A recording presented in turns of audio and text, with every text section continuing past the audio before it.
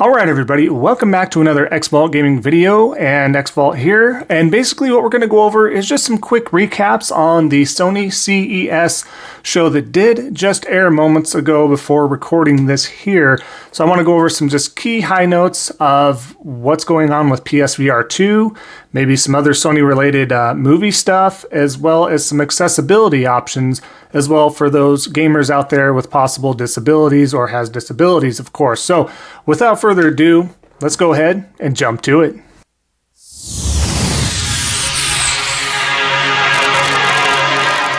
Alright, so like I was saying, what we're going to go over is a little bit of a recap from the short section of the Sony gaming portion of the CES 2023 Sony Showcase, which is basically there to cover everything technological, electronical, all that Sony stuff, gadgets and all that. So anywhere from movie cameras to specialized cars, which I still don't get because they're like ahead of the time cars and they invest and all this stuff. But to me, that's a lot of money thrown away. But however, they go over just a lot of different things. So, but let's focus on the gaming things. That's what we are as a gaming channel, or I am a gaming channel.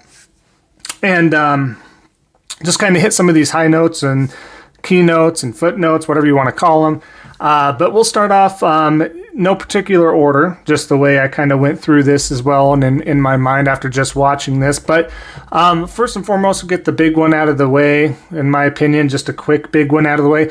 Sony, Jim Ryan did come out on stage and he spoke to the PlayStation portion of this. Now, he did come out and state that officially Sony has sold, not shipped, like Microsoft says, but sold. That's what I like to hear as a consumer, what you sell, because I want to know how invested I need to be in the economy. But anyways, he comes out and states that they did sell through over 30 million PS5 units. That is quite a bit. During the shortage and COVID and the chip shortages and manufacturing issues, they're starting to work that out. We're starting to see the PS5 consoles come to fruition on store shelves, on able to get those online, whether it be Amazon, Walmart.com, Target, you name it. You can get them in most places online or Sony Direct's own website. So you can, of course, get those there. If you are looking for a PS5, they are becoming more readily available. Definitely get some. Been recommending it. A lot of folks, friends, family have also been picking them up. Very happy for them to finally get their hands on one and experience what the PlayStation 5 does have to offer. So hats off to Sony for getting out and selling through, not shipping, they shipped more, but selling through 30 million units. So round of applause there, that's good. And they're just going to continue that trajectory with everything that will be happening. 2023 is going to be a big year. Now, one thing to kind of keep in mind, with it being more of a tech show, they just kind of highlight some keynotes like we're doing here. They're not going to announce anything majorly spectacular until they do their own showcase. They also still want to keep everything close to the chest, due to the fact of the Activision Blizzard deal going on with Microsoft. If they show they got a lot of things in the pipes, then that's going to also kind of reflect on them, like they'll be okay without this, with this deal going through to Microsoft. And so it's a lot of games. So the sooner this deal's done, the better for, I think, both brands. Good, whether it goes through or not, just needs to get over with. But moving on from that, they also went over a lot of movie stuff and stated, of course, Twisted Metal, the movie is being made. You've probably heard, or the series, I should say, is being made. Anthony Mackie still expected to star in that one, as well as, a Horizon franchise series supposed to be made. Now, I'm not going to strictly say these are for sure Netflix or Amazon and all that, because I still feel like some of these can still be shifted before they're done and out. So without taking that information to heart, the series are going to be made. It's just we don't know where it's going to be. The only one super official is, of course, The Last of Us. That is coming out on HBO Max, and that will be available to everybody who has a subscription to that service as of January 15th. So that's pretty cool there. Moving along, though, they went ahead and said, all right, so Gran Turismo we thought was going to be, at least I thought was going to be a series, but apparently it's going to be a movie. Looks actually pretty good. The quick synopsis that they said is basically it kind of sounds bad. A teenager goes from a teenager playing Gran Turismo for years, supposedly playing at this parent's basement. They had to say basement. That's a tired trope for gamers, but they said it, and that's what's going to be happening. But playing it in the basement style, but ends up getting really good and takes that fascination and learning about how, Gran Turismo is a real driving simulator, and, just kind of creating that passion and actually translating that to real life and racing in real life. And so they have another gentleman that's going to be being the main character, the main protagonist there. And then, of course, I don't know what other roles these guys play, but we have David Harbour is going to be in it, as well as Orlando Bloom. I haven't seen Orlando Bloom around for a while, so I don't know what he's been up to, but they're going to be in there. So it looks like it's going to be a pretty good, high-quality one. The director is a huge Gran Turismo fan, and he's a huge fan of cars in general. I think for those racing fans out there, again, you're going to be very excited for this movie.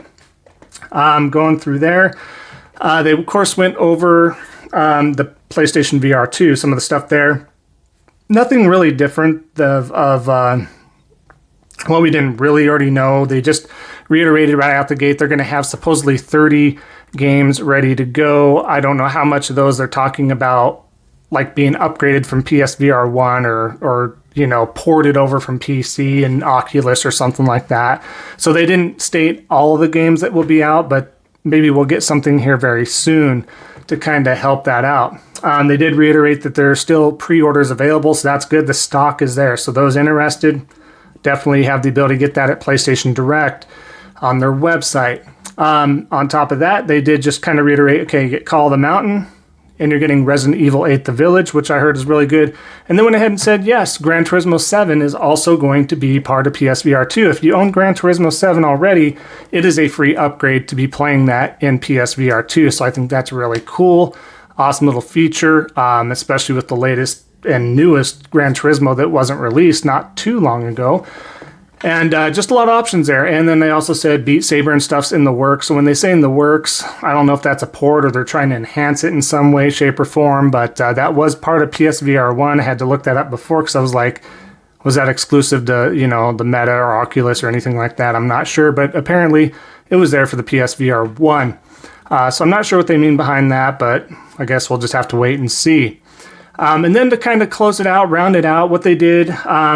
I saved this for the last because I feel like it's just really cool that they do this. Microsoft did do this first. They came out with their version first, and I really applauded them for that. And that is the accessibility controller that Microsoft did. Well, Sony finally, and I've said this in videos past, I hope that Sony delivers something like that and sooner than later. Well, there's a project. It's called Project Leo. It is a new accessibility controller, swappable plates, and all sorts of stuff. They've been working with a lot of other partners and, charitable brands and stuff like that work with people with disabilities. And so they're getting a lot of that feedback. So it is called Project Leo.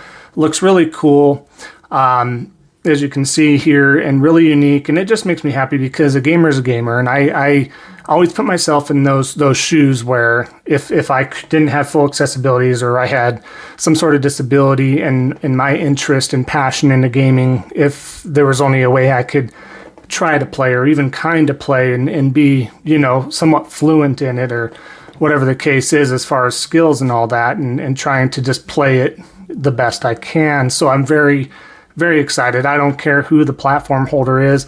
When this sort of stuff comes out, I'm very excited because that just means more gamers get to game.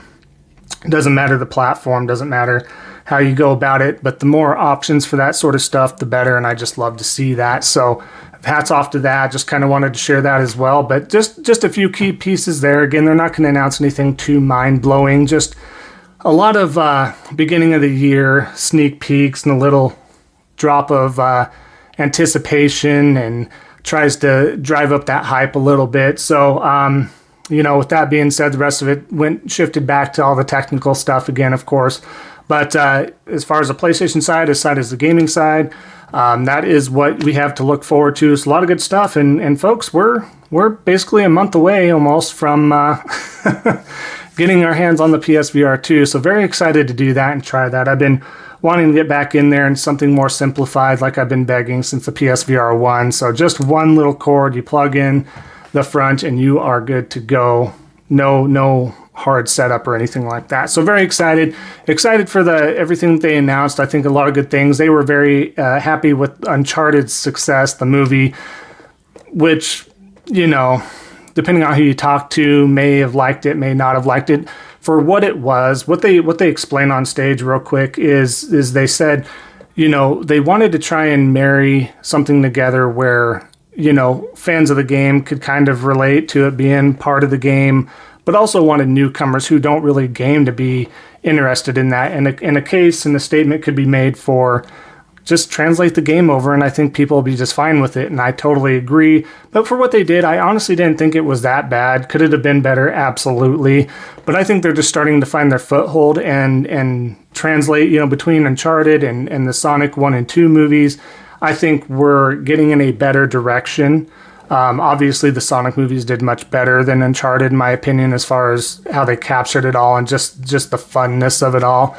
But again, Sony's trying to find their footing on that, and we'll see if that comes to fruition. I think this Gran Turismo movie is a step in the right direction for sure, and I think it does look very promising how they're going to translate that. So we'll see what happens there, but that's the gist of what happened, and I wanted to share that with everybody. So I appreciate everybody sticking around. If you stuck around for the entirety of the video, thank you so much. Helping out a small content creator like myself means a lot, and I always appreciate that support. We are at the time of this recording, 351 subscribers, so we did garner a few within the last couple days. Very happy with that, so thank you. Thank you to new subscribers. Thank you for the folks that have been here. And of course, every like, every comment, and of course, every subscription, if you'd be so kind, would also help out the channel and help this grow, and we can do more and more. So thank you again. Enjoy the rest of your night, your day, and we'll see you next time on the next Xvault gaming video. And until then, take care.